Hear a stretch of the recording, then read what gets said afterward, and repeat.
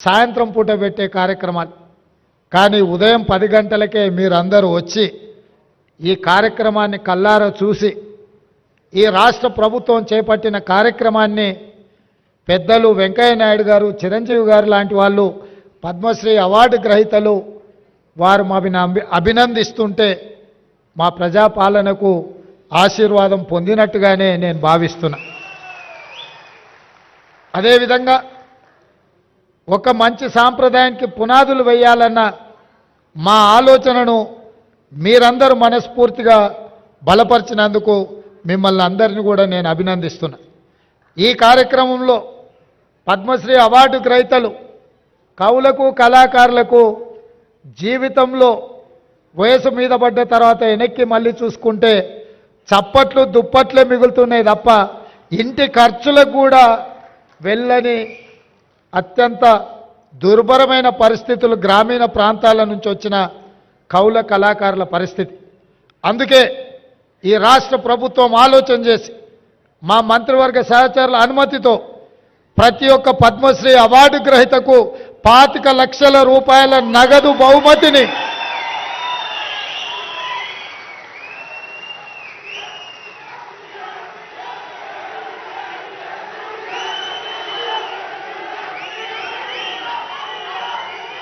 రాష్ట్ర ప్రభుత్వం ఈ పద్మశ్రీ అవార్డు గ్రహీతలను చప్పట్లు దుప్పట్లతోనే కాదు, నగదు బహుమతి ఇవ్వడం ద్వారా జీవితాంతం ఈ కళలకే వారు అంకితం చేసి మిగతా జీవితాన్ని కూడా ఈ కళలోనే వాళ్ళు రాణించాలని మన ప్రభుత్వం, ప్రజాప్రభుత్వం 25 లక్షల రూపాయలతోటి నగదు బహుమతి వారికి ఇవ్వాలని మా ప్రభుత్వం నిర్ణయం తీసుకున్నది. ఈ వేదిక మీదనే పెద్దలు వెంకయ్య నాయుడు గారు, మిత్రులు చిరంజీవి గారి చేతుల మీదుగా వారికి ఆ నగదు బహుమతిని ఇవ్వాల్సిందిగా వారికి విజ్ఞప్తి చేస్తున్నా.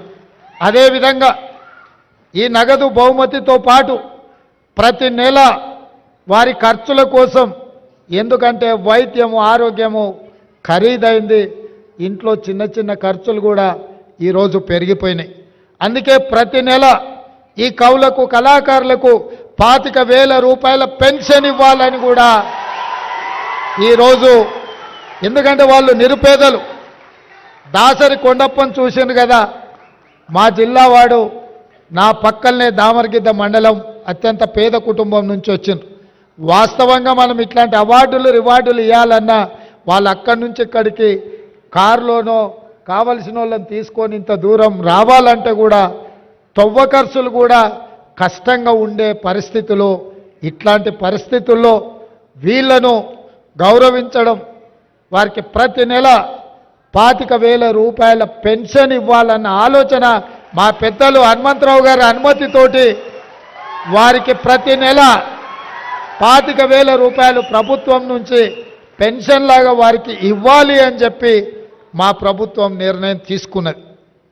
మిత్రులారా, నేను ఒకే ఒక్క మాట ఈ వేదిక మీద నుంచి చెప్పదలుచుకో. సాంప్రదాయాలను గౌరవించాల్సి వచ్చినప్పుడు, మన భాషను, మన సంస్కృతిని, మన సాంప్రదాయాలను కాపాడుకోవాల్సి వచ్చినప్పుడు అన్నిటినీ పక్కన పెట్టి మనందరం ఏకం కావాల్సిన అవసరం ఉన్నది.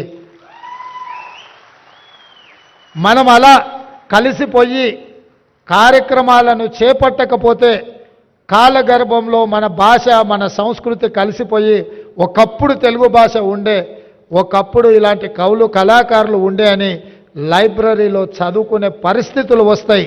అలాంటి పరిస్థితులు రాకుండా ఉండాలి అని అంటే రాజకీయాలకు అతీతంగా సాంప్రదాయాలను కాపాడడానికి మనమందరం కూడా కృషి చేయాల్సిన అవసరం, బాధ్యత ఉన్నది అని చెప్పి నేను భావిస్తున్నా. తప్పకుండా పెద్దలు వెంకయ్య నాయుడు గారు చెప్పకనే కొన్ని అంశాలను వారు ప్రస్తావించారు. ఎందుకంటే నేను విద్యార్థి దశ నుంచి వారు మాకు బాగా తెలుసు. వారి దృష్టిలో విద్యార్థి దశ నుంచి నేను ఉన్నప్పటి నుంచి కూడా వారి దృష్టిలో నేను ఉన్నాను. అక్కడి నుంచి ఇక్కడి వరకు రాజకీయ పరిణామ ఎదుగుదల వారు చూస్తూనే ఉన్నారు. వారు అందరికీ చెప్పినట్టుగా వేదిక మీద ఉన్న మాకందరికి కూడా చెప్పిండని నేను భావిస్తున్న. భాష విషయంలో, భావం విషయంలో ప్రజా సమస్యల పరిష్కారం విషయంలో ప్రజలలో ఉండి నిత్యం ప్రజా సమస్యల మీద ప్రజల తరఫున కొట్లాడితే గుర్తింపు గౌరవము హోదా అనేది ఆటోమేటిక్ వస్తుందని వారి ఈ వేదిక మీద నుంచి చెప్పినరు. ఇది రాష్ట్రంలో రాజకీయాలలో రాణించాలనుకునే వాళ్ళు తప్పకుండా రాజకీయాలకు రావాలి. ఎందుకంటే ఈ రాష్ట్రాన్ని కేంద్రాన్ని బలమైన రాష్ట్రంగా దేశంగా నిర్మించుకోవాలి అనుకుంటే బలమైన నాయకత్వం ఉండాలి, దేశం పట్ల భక్తి ఉండాలి. రాష్ట్రం అభివృద్ధి పదం నడిపించడంలో మనందరం కలిసికట్టుగా ముందుకు వెళ్ళాలి. అట్లా చేసుకున్నప్పుడే ప్రపంచ దేశాలతో మనం పోటీపడి దేశాన్ని అభివృద్ధి పదం వైపు నడిపించే అవకాశం ఉంటుంది. తప్పకుండా మీ ఆలోచనలు, ఎందుకంటే 1978లో విద్యార్థి దశ నుంచి మీరు మొదటిసారి ఎమ్మెల్యేగా ఎన్నికై కీర్తిశేషులు జైపాల్ రెడ్డి గారు అంతకంటే ముందే 3 సార్లు ఎమ్మెల్యేగా అయినా మీరిద్దరూ ఆనాటి ఉమ్మడి ఆంధ్రప్రదేశ్లో జంట కౌలలాగా ప్రతిపక్షంలో ఉండి పాలకుల మీద పదునైన భాషలో పదును ఉండాలి, సమస్యను సృష్టించే విధంగా ఉండాలి. అలాంటి భాషతోని సమస్యని లేవనెత్తి ప్రభుత్వం యొక్క ఆలోచన విధానంలో మార్పు తీసుకురావడానికి ఆ రోజు మీరు ఈ కార్యక్రమం మొదలుపెట్టి అక్కడి నుంచి ఉపరాష్ట్రపతి వరకు మీరు ఎదిగినరు. వివిధ దశలలో మీ పోరాటాలు ఈ ప్రాంత ప్రజలు దేశ ప్రజలు చూసినరు.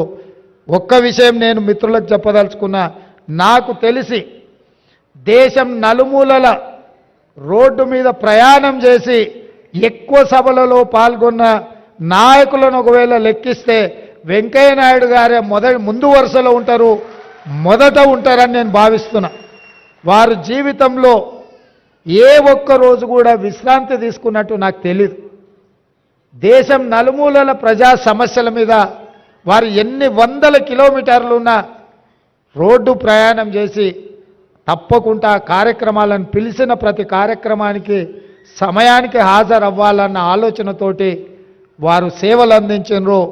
వారు ఈ దేశానికి రాష్ట్రపతి అవుతారని నేను భావించిన. భవిష్యత్తులో ఆయన ఉపరాష్ట్రపతి తర్వాత రెండవ తెలుగువాడుగా ఆనాడు నీలం సంజీవరెడ్డి గారు రాష్ట్రపతి అయినరు. వెంకయ్య నాయుడు గారు కూడా ఈ దేశానికి రాష్ట్రపతికి ఎదగాల్సిన అన్ని అర్హతలు ఉన్నాయి. తప్పకుండా వారికి అవకాశం వస్తుందని నేను భావిస్తున్నా, రావాలని నేను కోరుకుంటున్నా. ఎందుకంటే ఢిల్లీలో మన తెలుగు వాళ్ళ లీడర్షిప్ అనేది కొంత తగ్గినట్టుగా కనిపిస్తుంది.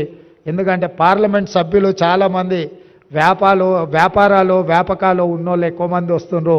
ప్రజా సమస్యల మీద అవగాహన ఉండి అవసరం అనుకుంటే జాతీయ స్థాయిలో ఇతర నాయకులనైనా పిలిపించి మాట్లాడగలిగిన శక్తి సామర్థ్యాలు ఉన్న నాయకత్వం తగ్గుతున్నట్టుగా కనిపిస్తుంది.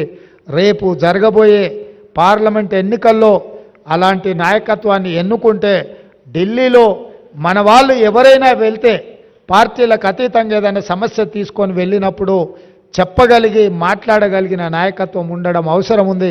రాబోయే పార్లమెంట్ ఎన్నికల్లో అలాంటి నాయకులను గెలిపించాల్సిందిగా కోరుకుంటూ మీ అందరి దగ్గర సెలవు తీసుకుంటున్నా. ధన్యవాదాలు మిత్రులారా.